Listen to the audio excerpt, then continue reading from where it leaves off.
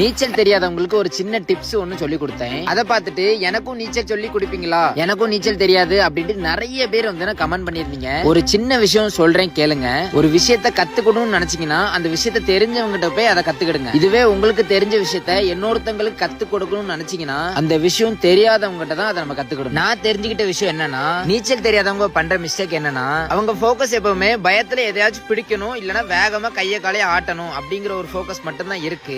சரி, okay. First step என்னன்னா, பயத்தை போக்குறதுக்கு இந்த மாதிரி இடுப்புல ஒரு கயிறை கட்டிடுங்க. முதல்ல கம்மியான பிளேஸ கடக்க ட்ரை பண்ணணும். அதுக்கு ஒரு முக்குல இருந்து இன்னொரு முக்கு டைவ் அடிக்கணும். அதுக்கு ஒரு கையை வச்சு பிடிச்சிட்டு காலை இந்த மாதிரி பொசிஷன்ல வச்சிடுங்க. பாயது அப்புறம் இங்க இருந்து பிரஷர் கொடுத்து அங்க சாடினீங்கனாலே போதும். இந்த மாதிரி தொடர்ச்சியா பண்ணிட்டே இருந்து உங்களோட போர்ஸ கம்மி பண்ணி நீந்ததுக்கு ட்ரை பண்ணுங்க. அது எப்படின்னா, ஒரு பறவை பறக்கிற மாதிரியோ இல்லனா துடுப்பு போடுற மாதிரி மைண்ட்ல வச்சுக்கிடுங்க. நீ ஈஸியா சொல்லிட்ட, நான் எப்படி பண்றது அப்படி சொல்லி கேட்டீங்கன்னா, தண்ணிக்குள்ள ஒரு போர்ஸ ஆக்டிவேட் பண்ணணும். அது எப்படின்னா, கரையில இருந்துட்டு உங்களோட போர்ஸ், அதாவது தண்ணிக்குள்ள அழுத்தம் கொடுத்து செக் பண்ணி பார்க்கணும். அதே மாதிரி மூவ் பண்ணும் போதும் லெஃப்ட் ரைட் அப்படின்ட்டு அந்த போர்ஸ்ல போகிறதுக்கு ட்ரை பண்ணி பார்க்கணும். இதை பார்த்துட்டு நீச்சல் தெரிஞ்சவங்களுக்கு சொல்றதுக்கு ஈஸியா தான் இருக்கும், தெரியாத எங்களுக்கு தான் அந்த கஷ்டம் தெரியும் அப்படின்ட்டு யாரும் சொல்லிடாதீங்க.